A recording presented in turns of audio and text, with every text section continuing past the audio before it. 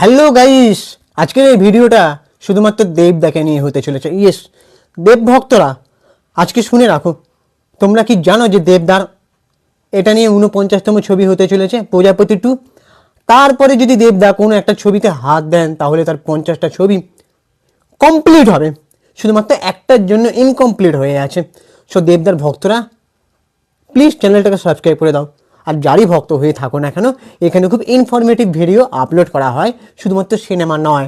তোমরা চ্যানেলে গিয়ে দেখে আসতে পারো, বিভিন্ন হসপিটালের ডক্টরদের সাথে ভিডিও বানানো হয়, মানুষ কীভাবে সুস্থ থাকবে, কিভাবে নিজেকে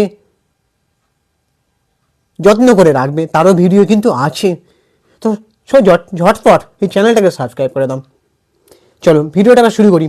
দেবদা প্রথম থেকে মানে একদম শুরু থেকে কটা ছবি এবং সেই ছবি হিট নাকি ফ্লপ, এবং দেবদার ক্যারিয়ারের কোন কোন ছবি ঠিক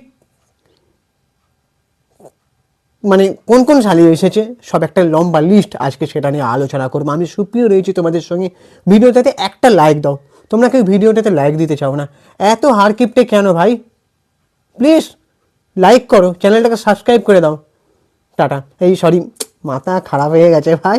প্লিজ টাটা নয়, প্লিজ ভিডিওটা শুরু করছি, এখনও শেষ হতে দেরি আছে। দেবদার যদি আমরা 48খানা ফিল্মের মধ্যে ডিজাস্টার একটা, ফ্লপ ছবির সংখ্যা হচ্ছে 7টা, বিলো অ্যাভারেজের সংখ্যা হচ্ছে একটা, অ্যাভারেজের সংখ্যা হচ্ছে 7টা, সেমি হিটের সংখ্যা হচ্ছে 3টে, হিটের সংখ্যা হচ্ছে 11টা, সুপারহিট 9টা, ব্লকবাস্টার 4টে, অল টাইম ব্লকবাস্টার 5টা, আর বাদবাকিগুলো সব হিট। সো অগ্নি শপথ দিয়ে যদি শুরু করি, দেবদার প্রথম ছবি হচ্ছে অগ্নি শপথ। ছবিটা ডাহা ফ্লপ করেছে 2006 সালে। আই লাভ ইউ 2 নম্বর ছবি 2007 সালে এসেছিল, ব্লকবাস্টার, ছিটকে বেরিয়ে যায়। তখন দেবদাকে মানে দেবদার বাংলা সিনেমা ইন্ডাস্ট্রিতে একটা ব্লকবাস্টার দিয়ে এন্ট্রি হয়েছিল, মানে টার্নিং পয়েন্ট। এন্ট্রি তো অগ্নি শপথে দিয়ে হয়েছে, কিন্তু টার্নিং পয়েন্ট ছিল আই লাভ ইউ সিনেমাটা। 3 নম্বর হচ্ছে প্রেমের কাহিনী। সেই ছবিটা 2008 সালে সুপারহিট হয়, ব্লকবাস্টার হয়নি বাট সুপারহিট। 4 নম্বর হচ্ছে মন মানে না, 2008 সালে হিট। তার আগে বলে রাখি, প্রেমের কাহিনী প্রথম দেবদার সঙ্গে কোয়েলের জুটি বেঁধে ছবি। 5 নম্বরে হচ্ছে চ্যালেঞ্জ 2009, ব্লকবাস্টার। 6 নম্বরে পরাণ যায় জ্বলিয়ারে 2009 সালে এসেছিল, অল টাইম ব্লকবাস্টার। 7 নম্বরে হচ্ছে দুজনে 2009, হিট। 8 নম্বরে হচ্ছে বলো না তুমি আমার 2010 সালে এসেছিল, হিট। 9 নম্বরে হচ্ছে লে ছক্কা, সেমি হিট। ছবিটা আমার খুব একটা ভালো লাগেনি, আমি মাথামুন্ডু কিছু বুঝতে পারিনি।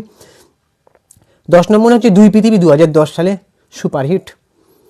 11 নম্বরে হচ্ছে সেদিন দেখা হয়েছিল 2010 সালে, সুপারহিট।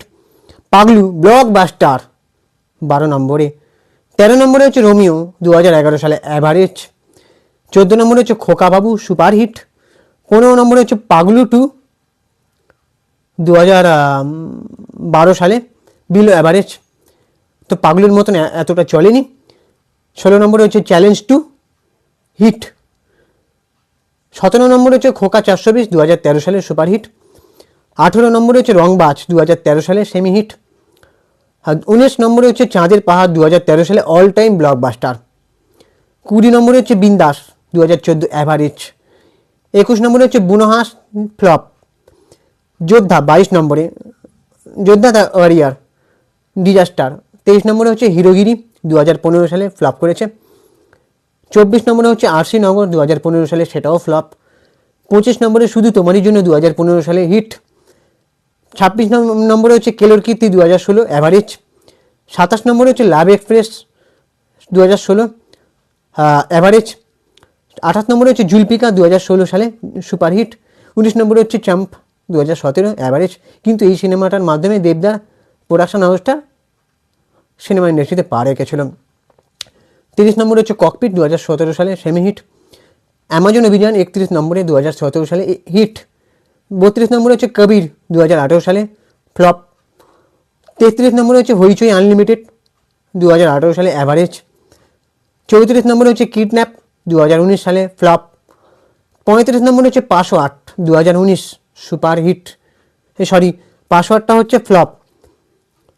36 নম্বরে হচ্ছে সাঁঝবাতি 2019 সুপারহিট। 37 নম্বরে হচ্ছে গোলন্দাজ হিট। 38 নম্বরে হচ্ছে টনিক 2021 সালে ব্লকবাস্টার। 39 নম্বরে কিসমিস 2022 হিট। 40 নম্বরে হচ্ছে কাছের মানুষ 2022 অ্যাভারেজ। 41 নম্বরে হচ্ছে প্রজাপতি 2022 অল টাইম ব্লকবাস্টার মানে এটিভি। 42 নম্বরে হচ্ছে ব্যোমকেশ ও দুর্গ রহস্য 2023 সালে হিট। 43 নম্বরে হচ্ছে বাঘাযতীন 2023 হিট। 44 নম্বরে হচ্ছে প্রধান 2023 সুপারহিট। 45 নম্বরে হচ্ছে টেক্কা সুপারহিট। 46 নম্বরে হচ্ছে খাদান 2025 অল টাইম ব্লকবাস্টার। 47 নম্বরে হচ্ছে ধূমকেতু অল টাইম ব্লকবাস্টার। 48 নম্বরে রঘু ডাকাত হিট। আর 49 নম্বরে দেবদার প্রজাপতি 2 আসছে, সেটাও হিটের মুখ দেখবে। 50 নম্বরে দেবদা এখন কোন ছবিটা আনবে সেটা বলা যাচ্ছে না, তবে দেবদা প্রজাপতি 2 এর সময় একটা জায়গায় ইদিকা ছিল, জ্যোতির্ময়ী ছিল, জিৎ গাঙ্গুলি ছিল, সেখানে দেবদা জানিয়েছেন যে তার একটা এরপরে একটা বড় কিছু আসতে চলেছে। এখন কি ছবি সেটা এখনও জানায়নি। এখন দেবদা পরের বছর খাদান 2 নিয়ে আসবে প্রথমে নাকি অন্য কোনো ছবি, তো সেটা এখনও জানা যায়নি।